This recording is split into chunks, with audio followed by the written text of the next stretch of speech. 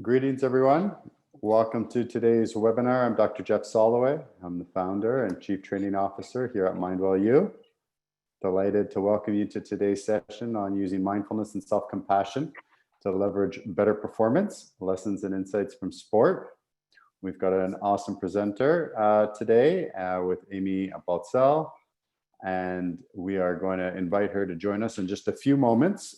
We're just going to go through a few little housekeeping items before we get started, and as people continue to stream in.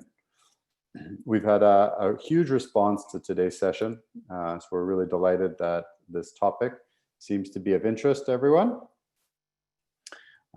We are delighted to host these monthly webinars through MindWell, and one question that we're going to invite you to ask questions as we go through today's session. If you have a question, you can find your chat window, and maybe it's worthwhile to find your chat window right now and just make sure that you know where that is.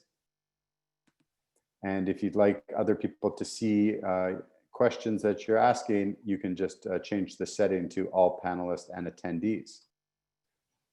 We might also ask you a poll question that might pop up on your screen. This is what the poll question is going to look like. Have you participated in the MindWell Challenge? So you can go ahead and answer that question. The MindWell Challenge is MindWell's core online training program. This is the core training that we offer to organizations right across Canada and the US. We're delighted that over 60,000 people have taken our training over the past 5 years. And so we continue to grow that number. I see that majority of people, over about 60% of people have, 40% have not. So if you're have not, then you're welcome to learn more about the MindWell Challenge. We can put a little bit more information about that in a link. And if you're curious to try it, we can get in touch. So if you have taken the MindWell Challenge before, then you know that the core practice that we teach on the challenge is called Take 5. And Take 5 is our mindfulness and action practice. This is the practice that we try and have people develop as a new habit in their life. And so I'm going to invite us to Take 5 right now, just for a few moments to ground ourselves and bring ourselves into full presence. So regardless if you're sitting, if you've been sitting for a long time, you may wish to stand for a moment. You can keep the eyes open or lower your gaze, close your eyes if you'd like, just to bring all of your attention inwards. And then we're going to start by focusing our attention on our bodies, feeling the connection with our seat and our feet, lifting and lengthening up through the spine, maybe rolling open the shoulders, bringing the ears in alignment with the shoulders.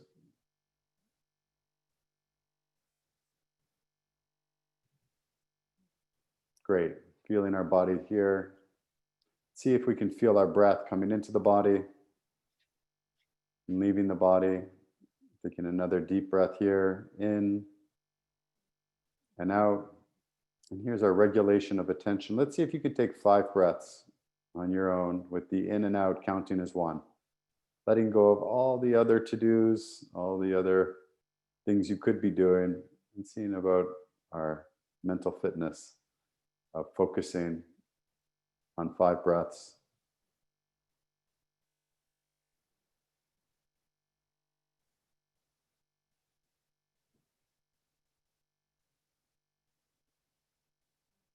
And bringing this attitude of openness, kindness, and patience to ourselves in this moment, to any challenging situations that might be present in our life, and to our experience over the coming webinar. I'm trying to make this whole webinar a practice of Take 5. So our attention might wander away to an email that dings at us or another notification. See if we can stay focused and come back. Practice listening, practice engagement, practice kindness and patience with ourselves. And if there are things that come up for you that you'd like to ask more about, we really invite that in the conversation. So without any further ado, I'd love to invite our guest, Amy, to join us. Hi, Amy. Hey, hi. Amy, we've got a great crowd who is just thrilled to listen in on our conversation today. And Amy's a real pro around mindfulness and performance. She's been doing this work for many years in a lot of different contexts, both in kind of sporting context and academic context, teaching it, researching it. So we're really delighted to have you join us, Amy. Thank you for being with us today. Thank you. It really is an honor. And I had the chance to do the challenge, the mindfulness challenge. And I got to say, I had been involved in this for a long time, and I got a lot out of doing the program. So thank you for that opportunity. And thanks for letting me be here today. This is really exciting to get to share what I care most about with all of you. So thank you. Thanks, Amy. I appreciate that feedback. So I want to give you a chance to really introduce yourself a little bit more, because I know you're an author, you're a certified mental performance consultant, you're a past professor at Boston College. Boston University, down Boston the street. Yeah, okay. Thank you for that. Can you tell us a little bit more about your background in teaching and researching in the areas of sport and mindfulness? Sure. So I was at Boston University for 20 years, where I taught every course offered in applied in sports psychology and in research related to that. The course that's really related to this discussion, which I absolutely love, the last 7 years, I created a mindfulness and performance course where graduate students would come and they'd meditate every day, and then they would have a very rigorous academic syllabus to go through. And so that was really, to me, an important course in my own development too, because it gave me a chance to really dive deep into the literature, and along with that, the last maybe about 7 or 8 years ago, with a meditation teacher, co-created an intervention called Mindful Meditation Training in Sport. And it was a 6-week intervention, and it was for athletes to give them what they needed around mindfulness and self-compassion to help leverage improved performance. And so we had maybe about 10 teams go through that intervention. So Olympic team, mostly college teams, and some injured athlete groups. And we found, it was males and females got benefit from both the mindfulness training and also the self-compassion, which is at the time edgy, not so edgy now, but at first people thought, like, you're going to introduce self-compassion to men? I said, yeah. And I'll tell you more about it as we go along here, but they found it really quite helpful to be able to learn how to face their own suffering, identify it, and learn how to handle it differently than just automatic reactivity that was not serving them. Yeah. Awesome. And I know we had a question that you wanted to ask the audience just about their experience. Maybe we can put up that poll question now about their experience in practicing meditation. Yeah, who has practiced meditation? Because I would be talking about that, and it was part of my own practice, my own research, my own teaching. Just curious who has done that. So we're seeing, have you practiced meditation more than 10 times? We're seeing just over 60% answering yes to that question, about 40%, 60-40 yes, in terms of a response to that. So that gives you a bit of a sense of who's with us. And, you brought up some really interesting, just the topics and words. I mean, we often talk about the distinction between mindfulness and meditation, and mindfulness and action, meditation. You're talking about mindfulness in the context of sport, which is a relatively new field compared to mindfulness in healthcare, mental health, education. I mean, this is one of the latest iterations. And then also self-compassion is kind of another area which has been growing more recently. So I would say you're on the cutting edge of this work, even though it's been around now for a number of years. It's still more of the newer levels. Yeah. And so I think that maybe we could look at this first slide and talk about what is self-compassion, just to get a baseline understanding of the idea. Because oftentimes when people think of self-compassion, they think of, here's the academic definition. These guys, Gurman and Neff, they've got a great program on mindful self-compassion. the idea of being, we understand what it means to be caring for others. Like we're all taught about how to be kind and caring as parents, as as maybe coworkers, try to be caring for the other. But this self-compassion is turning that care toward the self and being able to recognize our own suffering. And then people think, self-compassion might be something that's soft because, it's kind of paying attention to your own suffering. No, there's something, it includes also being motivated to do something about it. Take something about like, I'm suffering. Kristen Neff talks about it's an radical act of kindness to others to take care of yourself. So therefore everyone else doesn't have to take care of you. If you're recognize your own suffering, you're able to be mindful of it, not being over engaged in it, but not avoiding it. You're able to see that it's normal to, we all suffer. God, we're in a pandemic. We all know this. None of us can turn away from this now, the reality of suffering. We all suffer in some way right now with that. And then the idea of when you recognize that within yourself, be able to offer kindness to yourself. And I love this question. This comes from Chris Germer, to ask yourself, what is it that I most need right now in this moment? And it's not to cave or to give in. It's like, what do I need most in this moment so I can face what I have to face? I can face a difficult colleague, a difficult boss. I can face being exhausted and still have to do the right thing. And those ideas, I'm sure, ring true to many people listening right now. This is a challenging time for all of us. And to ask yourself, what is it that I need so I can stay stable and poised? And I can do what I need to do to contribute, whether it's to my family, to work, whatever it is. So that kind of gives a little idea of self-compassion, just to give up. And how do you see this?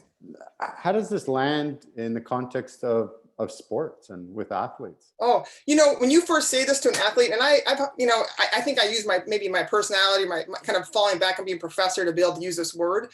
At first, if I've done many trainings with my intervention, which I start with self-compassion, and you can see their eyes start to glaze, until you say something like this. In one of the studies it was a tennis player, and he had a great temper. And if someone would call the ball out or in when it was in or out, he would be ready to slam, slam his racket, it's like kind of, it was kind of a suffering really, because so angry. And through the training, he became aware of his reactivity, and he became aware of the fact that he had a choice in that moment what to do, bringing some awareness to that. But there was still this rage that was really kind of painful to tolerate. And then, so what do you do in that moment? And I've done this a ton with athletes. Those predictable, painful moments, what are you going to bring to mind? What do you need to remember that will allow you to, for this example, this tennis player, to be able to take his racket ready to be smashed on the ground and kind of spiral out of control, to what's going to take to get him to get his attention back on the game, And so the kind of things athletes will come up with are things like they have a benevolent coach, or a coach that loves them and believes them, and saying, like, come on, man, like hearing their tone, hearing their voice, the athlete bring it to mind. You got it, just bring your attention back. It's all right, calm down, whatever it is. Yeah. It can be super, and I've got maybe 100. I probably have 20 ideas of what athletes can do in that, or people can do in that moment. So what do you need to give yourself? A memory of past success, when you're able to get yourself under control and pay back attention.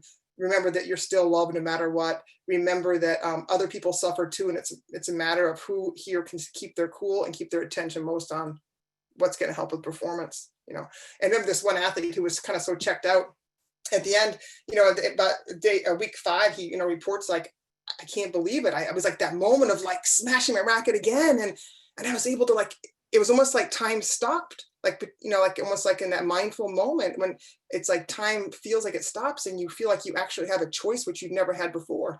And he could see the path of smashing the racket and how that was going to impact his performance. And he could also see the path of bringing his attention back. And he made the choice to bring his attention back. But having to bring to mind that coach saying, come on, man, whatever the tone was, whatever the phrase was, to bring it back. Yeah. Now, Amy, can you maybe give us a bit of context for how you approach performance? And what if we're not an athlete on this call and listening in? Does this ring true for us as well? If there's any parents out there, this work helped me so tremendously with my own parenting. That moment when you kind of the kid, whether it's 6, 8, or 10 or 18, they shouldn't have done that. And you feel the rage, and you just feel so entitled to just like say something very harshly, and in that moment you realize the anger comes, the negative thoughts come, the urge to be critical comes, and you realize in this, you can feel it, you can tolerate it. And then you realize, like, I have a choice here. Who do I want to be? What kind of parent do I want to be?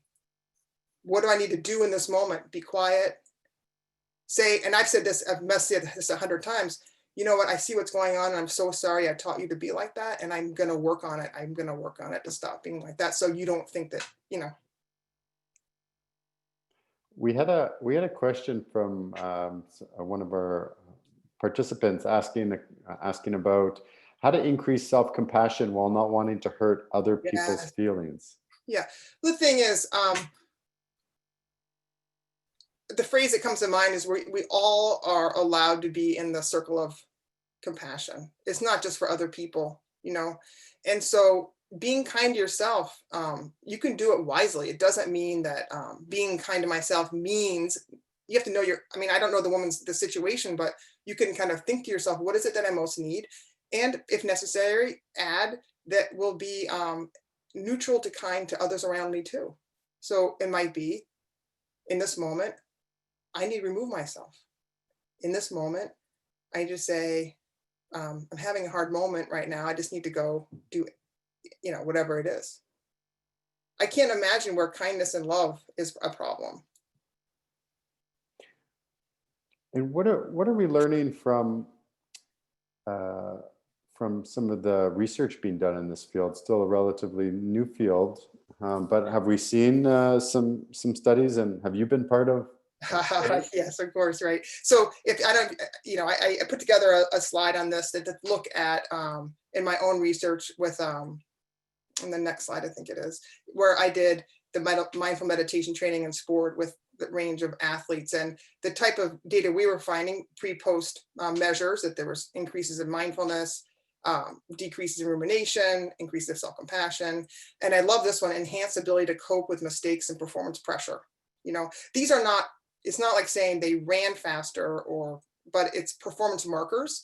And in other, there's so much research in the last few years in self-compassion, but the one that's being held steady here is there's an increase in motivation to improve yourself, less fear of failure. Can you imagine? Just think for a moment, you can give yourself what you need, and there's less fear of failure, and I love this study from 2019, Wilson and colleagues. It strengthens mental toughness for elite athletes. So it's not, and I love this because when I was doing my research over the last few years, the athletes would say, is this gonna take away my edge? Is this gonna be a problem if I actually turn inward and recognize my suffering? Is that gonna be a problem? And it's like, research is indicating, no, actually it'll make you tougher, What are some examples of performance markers in the workplace? I think, aren't they the same? If you have less fear of failure, the salespeople have more courage to take the steps they need to take. If you have self-compassion to, self-improvement motivation, that could benefit, doesn't matter what area you're in. And I think mental toughness, having the courage to face difficulties, stress, strain, criticism, uncertainty, and still be able to stay steady and pursue and persist in pursuing your goals. I think it's parents, business people, sport people, musicians, it's humanity. To me, it's no different, Got it. We've talked a lot about self-compassion. I wonder if we can bridge over into mindfulness a bit. Sure, and get some perspectives from you about how you understand mindfulness as a practice and metaphor, and how it relates to workplace performance. Yeah, so I like to actually, we could put the slide up. One more slide I think that might be helpful to take a look through. And this is I learned this first as a meditation cycle, and then after many years thinking deeply about this, I realized it's not just meditation cycle, it's performance cycle. You could call this the meditation cycle or the performance cycle. And I'm going to talk about it first in terms of and this, again, in my mindful meditation training in sport, I introduced this to the athletes, and this is a model we would return to session after session to understand how, with meditating or not understanding that. So meditation. So you have your meditation focus. What happens? The 60% of people who have tried this, who have done your program, they know your mind wanders when you meditate. It's very normal. Everyone's mind wanders at some point. And that will keep happening until you notice it. Right? And then in the moment of noticing happenings, what do? You can relax. And if you are committed to meditation practice, you choose to bring your attention back to meditation. It sounds so simple, and everyone meditating says, yeah, I got that. And this, of course. How does this relate to performance? Let's bring back the tennis player example. We've already just used that. So if the attention is on the playing the game, getting the ball back, placing the ball, that's where the attention is. What happens? Mind wanders in how does it wander? In reactivity, frustration, irritation, tiredness, physical pain, things show up. And what will happen is, if you aren't mindful, you'll just react like you always have. And sometimes that's okay. And sometimes it's quite problematic. Like I said, the tennis player ready to throw his racket. And then awareness comes. And this is, oh my gosh, I'm aware of the fact that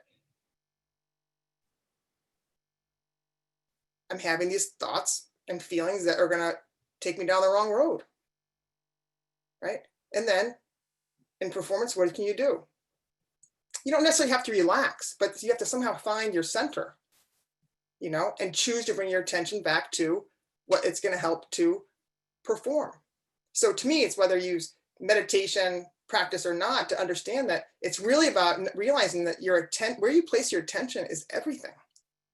What you allow and there's uninvited thinking, distracted thinking, critical, harsh self-criticism, uncertainty, low self-confidence, all that kind of stuff happens.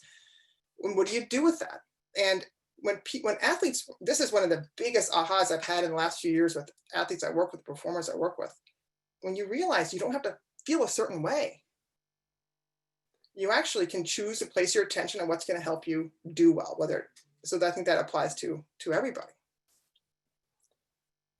It's really interesting because, you talk about meditation and a formal practice of meditation. What you just outlined is really what's happening in the meditation process.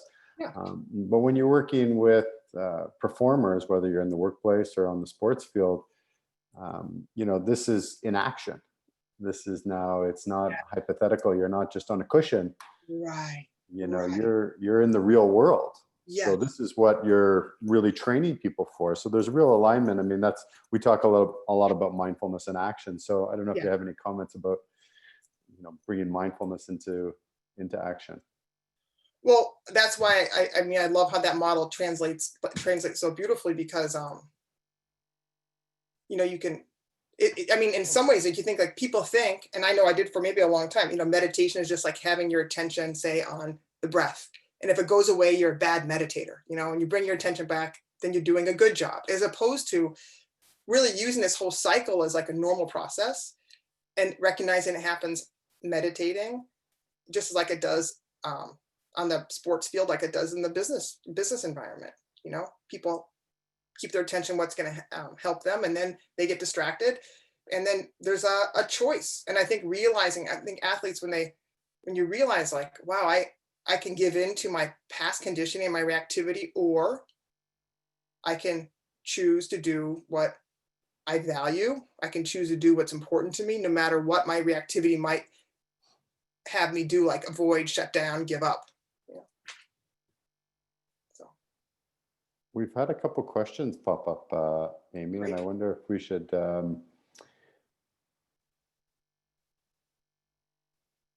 think. There was somebody who had studied with you in the past, which is great. Okay. And really appreciates your work. Oh, I think we kind of talked about this a little bit. How do you rationalize increasing self-compassion without others viewing it as increased selfishness? Yeah, and I would say, and I look at it like this: if you ever seen anyone when they're overwhelmed, shut down, anxious, fearful, low confidence, and if you could imagine that whatever they do for themselves internally, they all of a sudden kind of pop back up to their kind of higher self and start contributing in a positive way. I wonder how could that ever be problematic? Another question from someone in our audience is around, other than your breath, what other tips, tricks might you have to calm ourselves in a moment of stress or reaction? Yeah, that's a great question. I think that there are so many. Keith Gilbert does a great job of talking about this in his compassion focused therapy, but there are ideas like, and this actually comes from my intervention that I borrowed from, everyone borrows from everybody. It's like when you can bring your attention to the soles of your feet, because the breathing sometimes, if it can be problem, you can kind of like get more like, it can kind of maybe add to awareness of maybe anxious breathing. If you can bring your attention down to your feet and just take a 1 minute walk, a 2 minute walk with just full attention on the sensations of the soles of your feet, that can be really helpful. It can be helpful to prepare in advance, particularly for predictable, challenging moments, to bring up an image that's soothing to you. It could be a memory, again, of someone who loves you or a moment of success. You can prepare like a verbal cue or something that might be helpful to you. Can I tell you a little story? Is that okay? That might be related. Yeah, let's hear a Okay, story. so I had a client who was a 24-hour runner, and she came to me in her 30s saying, I've made the US team already, but I had to back out because I was pregnant, and this is my last shot at making the US team, running 24 hours to see how far I can go. I think it's pretty wild, what can I do? And she knew that through the night it was going to rain and her feet would hurt, and she had to run, I think, over 130 miles to like make the team. And so, we talked a lot about like she had 5 days. So I had one intervention. I had one shot to help her. It's kind of tough. And I said, well, let's think, like, what could you bring to mind that would help you? Knowing predictably you're going to be suffering physically, psychologically, you might be suffering in every realm, and like, what in that moment could you plan to bring to mind that would be soothing to you? It's really like, in that moment, how could you be self-compassionate to yourself? How could you recognize your suffering, give yourself what you need so you can keep running as fast as you can through the night? And she said, well, it's always been my lifelong dream. I said, great. And right now I still have chills many years later. Great. Then through the night, bring it to mind, this is my lifelong dream. Knowing that she wasn't going to be having fun, may not have confidence, may not, maybe throwing up, whatever it is. And she reported that she brought that to mind maybe 1,000 times, and she made the US team. It was a pretty cool story. But, so that could be soothing, kind of bringing to mind something that is inspiring and comforting to you, even in your suffering. Like, I know for myself, like, being a good mother is everything. So no matter what, I think I love them. I'm so lucky and privileged no matter what, that can get me through almost anything. So having our go-to. Or having our go-to, exactly. Having our go-to. And in some ways, that's how we viewed the Take 5 practice through MindWell, is like, we ask people to kind of cultivate and personalize their own Take 5 practice, so that when they get in moments, they can identify these cues to help take themselves through a practice, and a practice that they find meaningful. Yeah. So, great example there. Yeah. So you already have like built-in self-compassion intervention. A little bit of an extension from a previous question. We got a lot of questions coming up. How do we ensure that self-compassion doesn't become an excuse for poor performance? Self-compassion is not synonymous with acceptance of failure, but rather seeking self-improvement for forgiving poor performance. Okay, so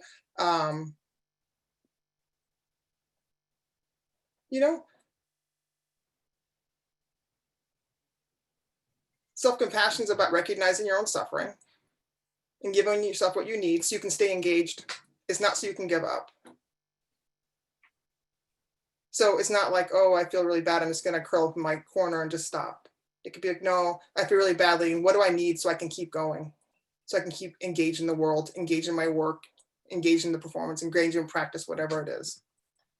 So it's not a feeling sorry for. It's actually compassion's about like recognizing what's happening it's almost like with love. It's it's like the metaphor might be like, it's not my metaphor, but I'm borrowing this one too. But have you ever had a baby and baby's crying, you know, you're holding it with love, and you're thinking to yourself, what can I do to help this child if it's sick, or like, what does it need so it can be good? It's the same thing for ourselves. It's like holding almost that suffering with like almost like a surrounded with love, and thinking like, what can I give myself in this moment so I can continue, not so I can give up. And sometimes it might even be like a tough love that we need to give ourselves. So it's not always like a soft thing, you know. Another question that's coming in. I'm going to take one more, and then I'm going to continue. Any tips on getting coworkers, partners, friends, etc., to buy into mindfulness training or practice without seeing it as a mental health thing, in quotations, or something they're too busy to do? You know, that's a really big question. So to me, there's a big difference, and I'm curious what you think, Jeff, about this. The difference between a mindfulness approach and a mindfulness meditation practice, right? So I think there's something about there's many paths to Rome, you know. So for some people, that may not be what is for them, and that's okay. I think forcing our agenda is not a good idea, you know. But at the same time, you know, you could maybe talk about, maybe it's not, the meditation practice isn't for you, but maybe these ideas could be quite helpful to you. So maybe read, you know, give them some reading or something they could be exposed to, because it's exposed to the idea of, to me, it's just can be so helpful. And, you know, probably it's autobiographical, but probably I wish I'd had this so badly years ago, not to meditate, but to realize that it didn't matter as an Olympic athlete, you know, it didn't matter like how if someone had said, it doesn't matter how you feel, it matters where you put your attention and where you put your effort, you know, and that you don't have to wait to feel good to perform well. You can actually perform well no matter what. So these ideas, those are mindfulness-based ideas, but it's not based on meditation practice, you know. And I'll say one more thing. My mindful meditation training in sport intervention, when coaches required it, it was like almost 100% attendance. Fabulous. When people are offered it on their own, many, I'd say most won't do it. Why? Because it's hard to practice this. And without some support, it's hard to do it. And you're asking people to become aware of thoughts and feelings, aware of what's going on inside themselves, which they maybe been trying to suppress and hold down their whole lives. It's be quite challenging, you know? So maybe they're not ready, and maybe that's a wise choice for them. It's a big answer. Thanks for that great question. Thank you. Yeah, and I think that another way to look at this is, I think Amy's approach and couching this within performance is a helpful strategy for bringing this type of work to people, because when they start to understand it in the context of performance, whatever performance moments you have, it's less about mental health. It's less of maybe a fix-upper type of a strategy. It's more of it's an enhancement. It's a performance enhancement strategy, and people might not have as much stigma or resistance to that. So I think how we frame this is important. And like Amy said, sometimes just the intellectualizing or the principles can be very helpful for people. And then there's the practice itself. I love that. Thanks. I mean, it's so interesting. Just gave me an aha, because it's like, I'm thinking of all the people I've taught this to. And if I said this is for mental health purposes, I would have probably got like 2% participation. You know, it's like people wouldn't have participated. But if I said this is going to help you with performance, and it does help with performance, then there's more of an interest. Yeah, you're right. Yeah. Is there anything else? You've mentioned a little bit about attention already. Did you want to talk a little bit more about attention and its role in performance? You know, it's interesting. One of my favorite, kind of as a professor, maybe my geek academic self coming out for a moment here, but one of my favorite people, Mihaly Csikszentmihalyi, who came up with the idea of flow. The idea of it, it's related to when people perform well. It's when you're really fully engaged, kind of self-consciousness drips away, and you're just in the moment-to-moment experience what you're doing, whether it's you know, climbing a mountain, playing chess, in an important conversation in business. He's had his research kind of spanned everybody. And he talked about when you're able to, and this came from his 1975 book, I haven't seen it any place else. This book, it's called Beyond Boredom. He talks about when you give your full attention to something, that's when you're most likely to prompt flow.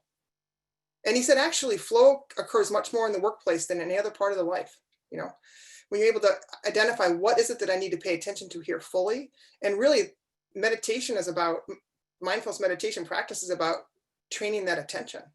Where am I going to place my attention? My mind wanders, bringing it back, bringing it back. You know, Mihaly Csikszentmihalyi saying, to be fully engaged, you have to bring your full attention into the moment. So I think there's a nice alignment there. Alignment between mindfulness and flow.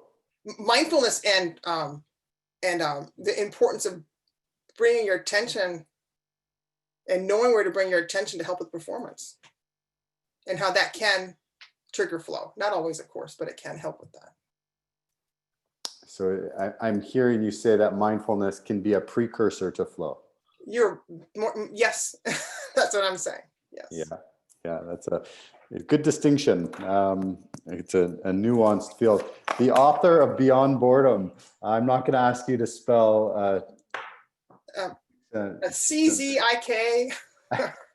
We'll put it up in the Okay. link. We'll Google the author of Flow. It's a great read, and you can get it online. That you can still get a segment of online. Just Google it. Yeah. But it's a fascinating relationship between mindfulness, performance, and flow. I think they're all connected. Let's dive a little bit in another direction here. How do we deal with difficult emotions in the heat of a workplace conflict? Yeah. So something we all experience. So important. And so if we don't do anything about it, we'll just be caught up in reactivity and kind of handle it just how we do automatically, you know. But we have an opportunity here that if you can make a decision to bring awareness to the difficult emotions and reactions. And step one, pause and just bring attention to it like you would bring attention to the breath of meditation. And if you can bring an acceptance and non-judgment, like it's okay that these feelings are here. It's okay that this irritation, even rage or whatever it is here. And the first step is to let some of that energy move through, if you can. And then to try to find the calm place within yourself, even though there's rage around, kind of like deep inside that kind of calm place before, so you can make a wise choice with how to handle the situation. But I think that it's important to first like pause and let some of the energy move through and not be, of course, there's times when, you know, really intense negative emotions are important to help us put us into action to protect ourselves, protect somebody else, you know. But generally in the workplace, I'd say it's not going to be productive or helpful. It could be really difficult to sit with a big emotion, even if you're in a practice. I mean, there's whether you're in a sitting practice or whether you're in the context of real life. Yes, it's really difficult to be with a strong emotion. Yes, you know, in the intervention, the mindful meditation training and sport, one of the ideas I have, what I brought into the intervention is to have the athlete, and this is what you could do as well. I mean, anyone can do, is bring back a time in your imagination and remember a time when something was really painful in a work environment, or maybe someone who triggers you, and practice being present to those feelings and doing nothing but just being present to those feelings and accepting. And the idea isn't that the idea is that they'll start to dissolve. They'll start to lessen if you don't like feed it.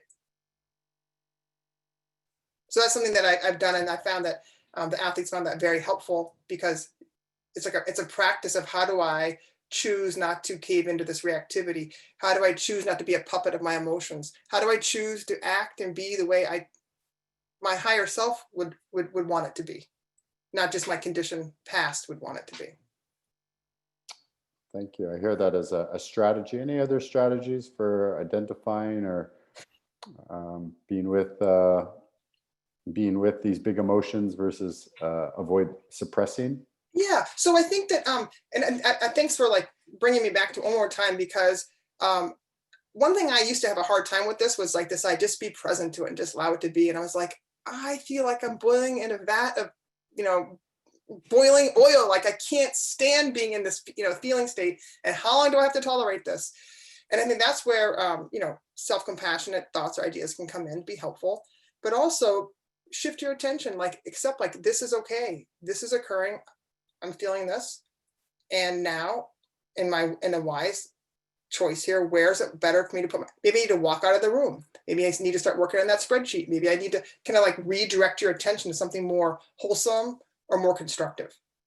So it's almost like I see you, you're there. And a metaphor I like to use is thinking about like, if you're like at a party and say a family party and someone's there who you really maybe don't like, you have to accept the fact that they're there. It's like you have to accept that these negative thoughts and these thoughts are coming up, but you don't have to hang out with that person. You can kind of shift and move across the room and hang out with who you want to hang out with. So be free to like acknowledge I accept this is happening, and then shift your attention to something more constructive. You just touched on working with negative thoughts. And so negative thoughts, we were talking about strong emotions.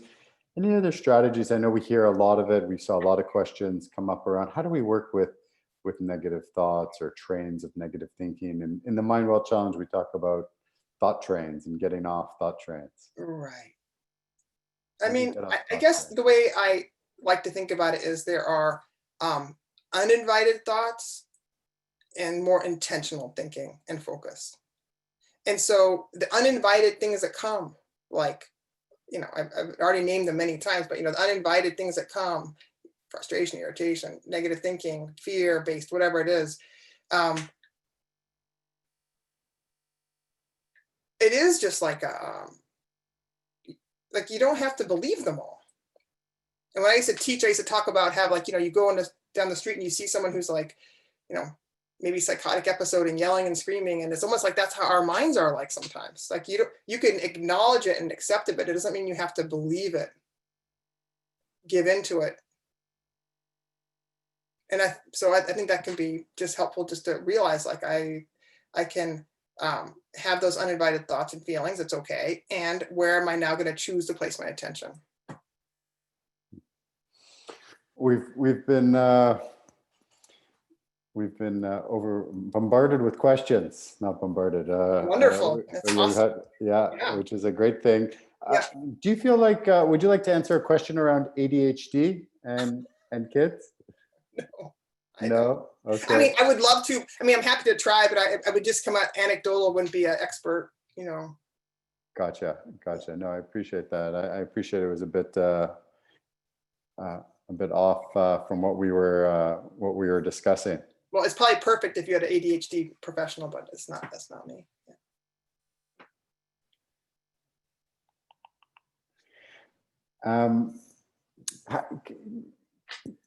Let's talk a little bit about anxiety. And no doubt you've worked with athletes, high performers, both in the workplace and on the sports field with anxiety, something a lot of us are experiencing these days. What can you tell us about working with anxiety in performance moments?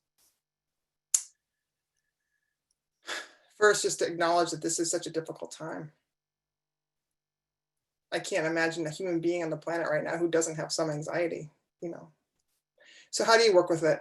One, I mean, I like to go back to the models, but thinking about self-compassion, like, recognizing that this is hard,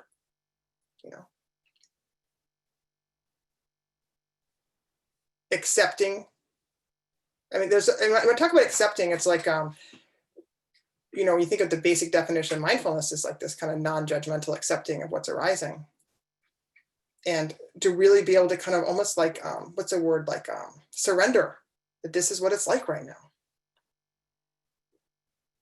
And I know I've had a lot of my own practice of this in my own life, and like having to be like, okay, this is how it is right now. And it's okay, this is how it is right now. It's okay. I mean, it's not okay like I prefer it, but it's almost like, fighting reality and just makes it worse. It's kind of like you have a blown tire on the highway. It's like, okay, I have to surrender to the fact it's like this. Now I have to kind of get to work to get this sorted out, to get it fixed. So anxiety and performance is probably the number one thing why people come to me for my applied sports psychology expertise. And it's a lot of helping athletes understand the predictable moments where the anxiety or fear arises, and practicing facing it. And I've had people face it like like seeing like a black cloud, there it is, and just kind of letting it hang, or kind of looking at the scene like a caricature of a face of a monster, you know, from like, you know, but there's something about accepting it, surrendering to reality can be very liberating. And then you put your attention again, it's not like a broken record, you bring your attention back on what's going to help you do well.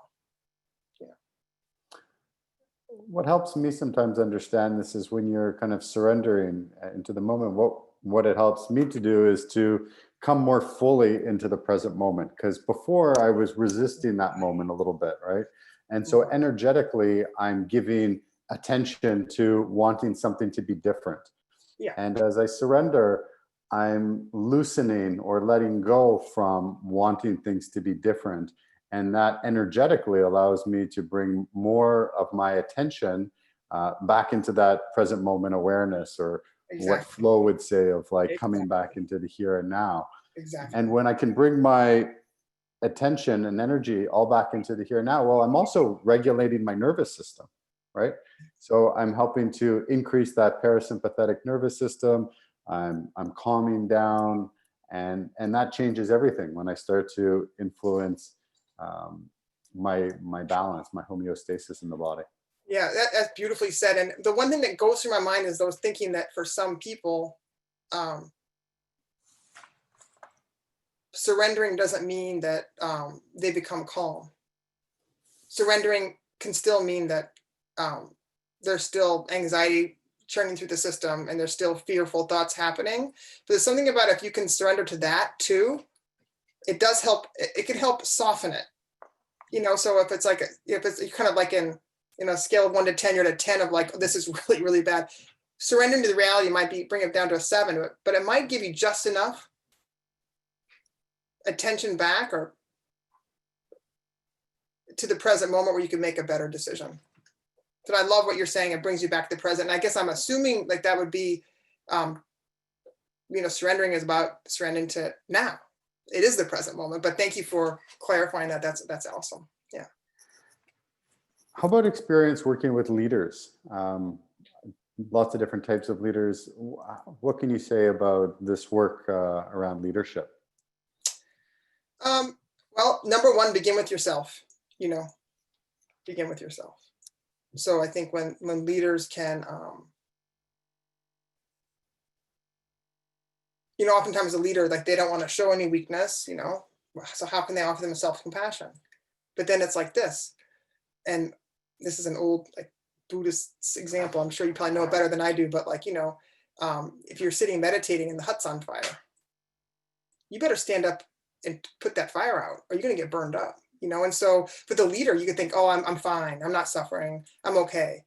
I know many leaders right now where they're working, 7 days a week. It's exhausting right now to be in a leadership position.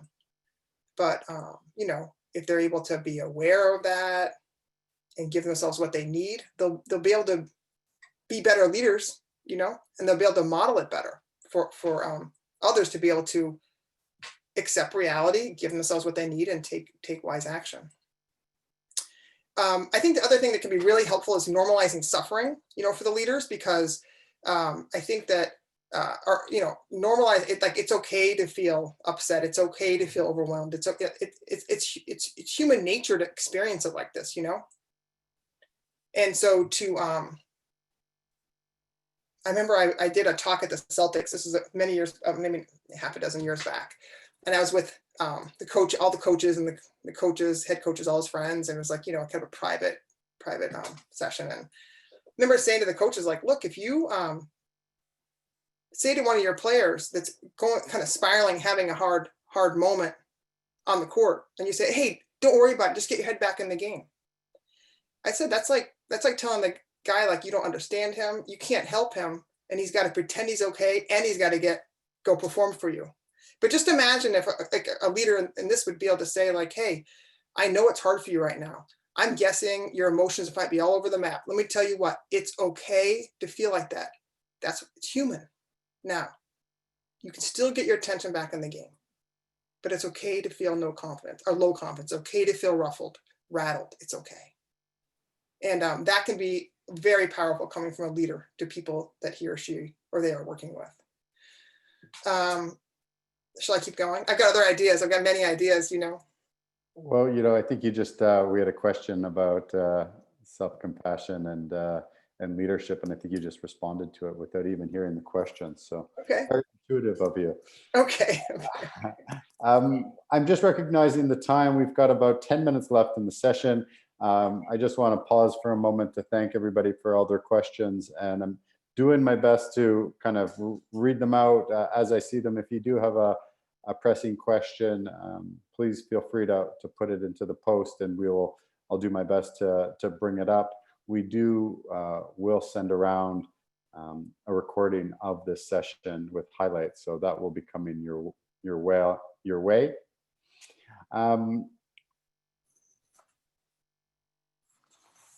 A couple of questions here. We got a couple of questions in advance from our attendees, so these can be like the speed round.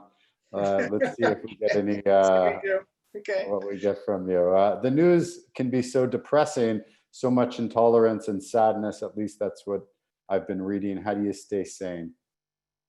Like, is that like, how do I stay sane? How do we all stay sane? I'll start with how I stay sane myself, and maybe that's helpful. I think this is a time of, if we do surrender to reality, it's difficult to face the reality that we're all in right now worldwide. And so for me, I think using it as a time to practice gratitude can be very helpful. Gratitude, even for the smallest things, to help cultivate a mind state that can be able to tolerate better what's arising. I think it's a great time to practice, like I said, surrendering to this is how it is, and it's okay. Not like it's okay, like it's good, it's okay, but it's okay that it's like this. So it's almost, maybe to me, it's a spiritual practice of learning how to be present and surrendering to reality, and try to cultivate both a calm, kind of find that part in ourselves that's the calm core of us, and to be grateful for the good that we do have. Because anyone who's alive is a miracle. Like, we're all like miracles walking around, like one in many million chances, like each of us is sitting here right now. We're miracles, and so to be able to savor this miracle of life, no matter how challenging some of it is. Let's press on that a couple more moments, Amy. How do we develop that type of mindset, that kind of seeing the good, and we call it hardwiring happiness? Yeah. I mean, I think that it's intentional. It's not going to happen by accident. I think so. If you can, there's the basic, a positive psych idea, which I think is a great idea. Like, write down, 3 good things that occurred today, or 3 good things in your life today, just as life is, just as it is. I remember I taught a positive psych class for many years.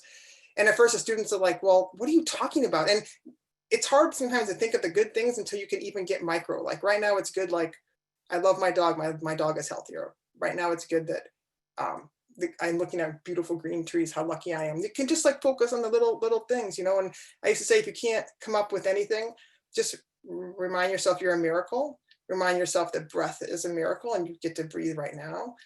Remind yourself, like, even if you don't feel loved by anyone, you can love yourself, and what a beautiful thing it is to access love within oneself. Like, there's so much good just as we are, kind of no matter what. So it's a practice. It's an intentional practice. And it can be the most helpful when we're in our most difficult moment, to kind of shift our attention. It's like that, getting caught in that, the cycle of distraction and misery, instead of like, oh, I'm awake to the fact I'm distracted by misery. Now it's a choice. Am I going to focus on that? Am I going to focus on what's good and what's right? And we know that whatever you pay attention to grows. So you want to grow a misery, or you want to grow a wholesome mind state. It's like a choice. And I've grown both. I understand both, and so I'm going to grow gratitude and presence and acceptance of now, for sure. Another question coming from our audience: how do you deal with an all-male environment when they perceive mindfulness as blocks? Well, you might be able to answer that better than me. So, I have 60,000 people doing your program. Well, I think that there's one thing living it, another thing having to talk about it, right? So if you live what I'm saying, it'll be liberating. and I don't see as, I have to leave it to you. I think kind of a male dominated environment, if they don't think like, what's the problem? Like making good choices is not a good idea. I don't know. I think it's all about how you present it. And we talked about this a Yes. little bit about Yeah. performance. I think we use words like mindfulness and action. We're not trying to teach Yes. intensive meditation practice, which some populations might turn away from.